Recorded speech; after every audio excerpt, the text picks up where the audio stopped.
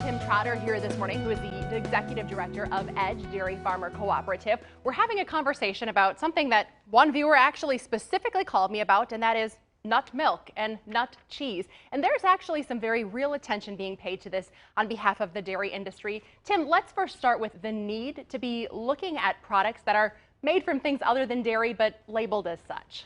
Well, it's really a difficult conversation because I think a lot of people, when they hear milk and cheese, they have an expectation that what they get is going to be milk and cheese, especially from the health benefits. What we've seen for some of the companies that are using other beverages as milk or imitation cheese is they don't have the same health benefits. 1/3 of the people in a survey that was done this year proved that people believe to be getting the same nutritional value from the imposter milk and cheeses. So it's a real problem, and it's something that FDA has direction on, and they're not enforcing it. So it is a real problem. And that was going to be my question. The FDA's actually already written rules on this, and they just need to sort of enforce them, is what you're asking. They do. We're in a leadership change right now at the helm of FDA. There's hearings going on right now to confirm. So we're hoping, and we saw from Senator Baldwin actually made the comment during a hearing yesterday, that this is a must-have on the milk. So I think the director going in is going to know there's an expectation that this can't continue to go on. It's not fair to the brand and the integrity of dairy or cheese.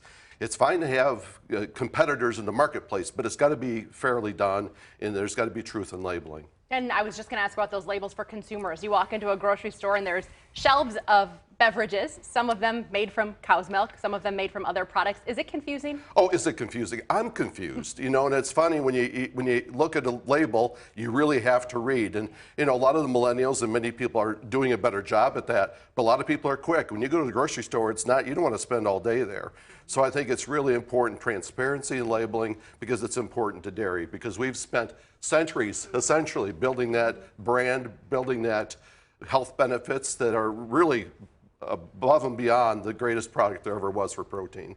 When you talk to your farmers and producers, is this an item that resonates with them, or is this something that they go, gosh, I never thought about it, but thanks, we appreciate it? Oh, it's on their minds. I mean, 2019 has been a terrible year for most of us, and I think from an economic standpoint it's difficult, but then when you see that there's people out there trying to disrupt your brand, that's very, very personal to most dairy farmers.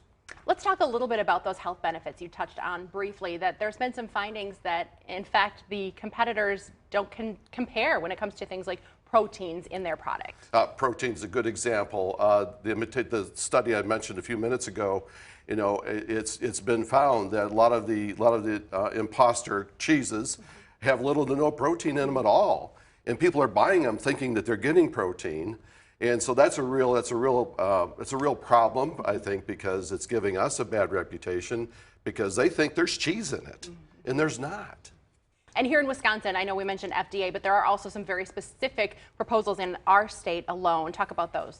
Well, I think they're really trying to bring more awareness so that the FDA does something. Not only Wisconsin, there's other states looking at passing laws that really support giving some integrity to the milk label, defining what milk is, and laying some ground rules of how we're going to move forward in this conversation, hoping that FDA will act. If FDA does what they're supposed to do, hopefully the efforts in Wisconsin won't be necessary. But again, it's nice to see that groundswell of support, because Wisconsin is, we're the leader in milk and cheese. And so if it doesn't happen here, then where's it going to happen? I'd imagine a very similar conversation is on the horizon with our state's beef producers, with Impossible Meat popping up on just about every menu. Thank you on behalf of our dairy farmers for keeping us updated. Thank you.